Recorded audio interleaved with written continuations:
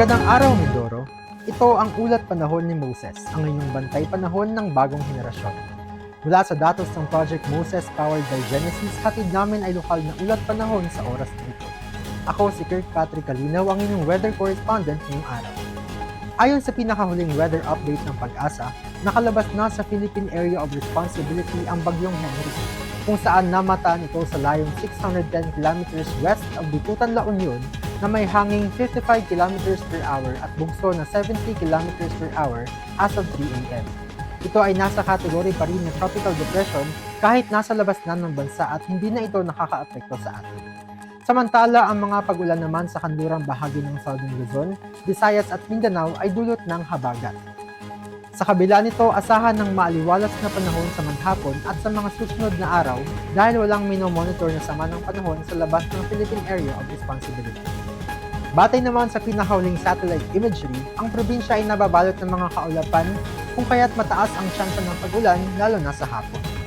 Dahil dito, patuloy na nakapagtatala ang Project Moses powered by Genesis ng aktwal na datos ng panahon, partikular sa heat index at cumulative rainfall amount, gamit ang site-specific, localized weather stations sa bayan ng Victoria at ng Lauhan. Sa nakalipas na 7 araw, naitala ang heat index na nasa pagitan ng 25 hanggang 45 degrees Celsius. Ang pinakamataas na heat index ay naitala noong Lunes, June 29, na umabot sa 45 degrees Celsius, habang ang pinakamababa naman ay noong Martes, June 30 na nasa 25.80 degrees Celsius. Samantala, nakaranas din tayo ng mga pag-ulan na may kabuuang 39.2 mm.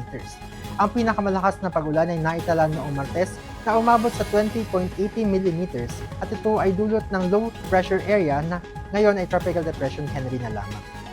Sa susunod na mga oras, asahan pa rin ang maulap at maaliwalas na panahon, ngunit may mataas na tsansa ng pag-ulan o pag-ambon sa hapon. Pinapayuhan ang lahat na magdala ng payong panangga sa init o ulan. Ganon din ugaling uminom ng sapat na tubig sa maghapon. Paalala, para sa mga may nakatakdang outdoor activities ngayong Biyernes at sa darating na weekend, ugaliing alamin muna ang pinakahuling lagay ng panahon. Magdala ng payong o sombrero bilang proteksyon laban sa matinding init o bigla ang pag-ulan. Maaari ring gumamit ng pamaypay o mini-fan, lalo na kung nakakaranas ng sobrang init o sakaling magkaroon ng brownout.